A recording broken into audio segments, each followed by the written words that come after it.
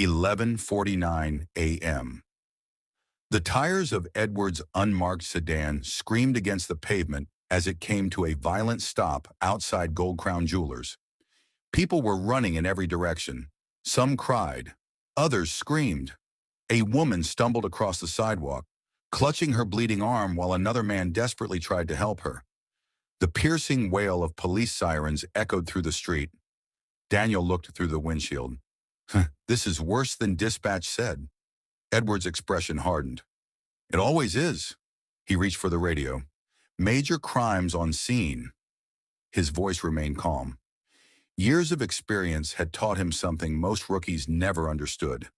The loudest scene required the calmest mind. Daniel chambered a round into his service pistol. You take the front? Edward nodded. I'll cover the entrance. Before stepping out of the vehicle, Edward turned toward him. Remember your training. Daniel gave a confident smile. You taught me. Edward couldn't help smiling back. Then don't make me regret it, Daniel laughed. Not a chance. The two detectives stepped into chaos. Broken glass covered the pavement like frozen rain. Luxury watches, diamond necklaces, gold bracelets were scattered across the entrance. Inside the store, customers lay face down on the marble floor. A terrified little girl clung to her mother, unable to stop crying. Three masked men armed with assault rifles shouted orders.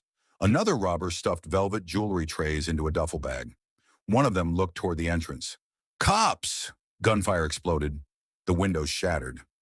Edward immediately pulled a terrified elderly man behind a concrete pillar. Daniel returned fire. The suspects retreated deeper into the building. Move! Edward shouted. The detectives pushed inside. The air smelled of burnt gunpowder. Smoke drifted through the showroom. Glass crunched beneath every step. One robber kicked over a display case before sprinting toward the rear exit. They're running, Daniel yelled. Edward pointed. You take left. I've got right. The chase had begun. The back alley behind the jewelry store twisted between abandoned warehouses and overflowing dumpsters. The suspects split in different directions. Edward chased one. Daniel pursued another.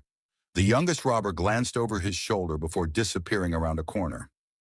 Edward rounded the same corner seconds later, only to hear Daniel shout, Edward!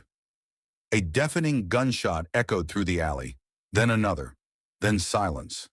Time seemed to stop. Edward sprinted toward the sound. When he reached the intersection, Daniel was on the ground. Blood spread beneath him. His service weapon had fallen from his hand. The robbers were already disappearing into a waiting black SUV. Edward fired twice. The bullets struck the vehicle, but it disappeared into traffic. Officer down! Edward shouted into his radio. Officer down! He dropped to his knees beside Daniel. No, stay with me. Daniel struggled to breathe. His hands shook violently. Edward pressed both hands against the wound. You're going to be okay. Daniel tried to smile. You always lie when someone's dying. Edward's voice cracked. Don't say that. Daniel coughed. Blood stained his lips. My jacket? Edward looked confused. What? The ring? Edward froze. Daniel weakly nodded toward his inside pocket. For Claire, tears filled Edward's eyes. I'll give it to her myself.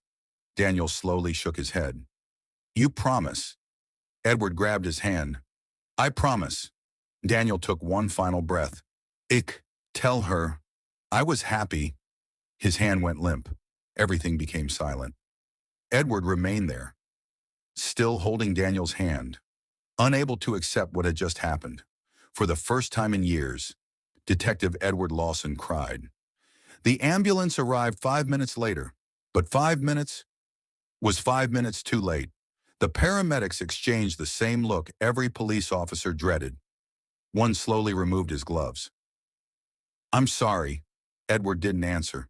He simply stared at Daniel's motionless body as rain began to fall. Somewhere in the distance, a wedding proposal ring remained tucked safely inside a bloodstained jacket. It would never be used.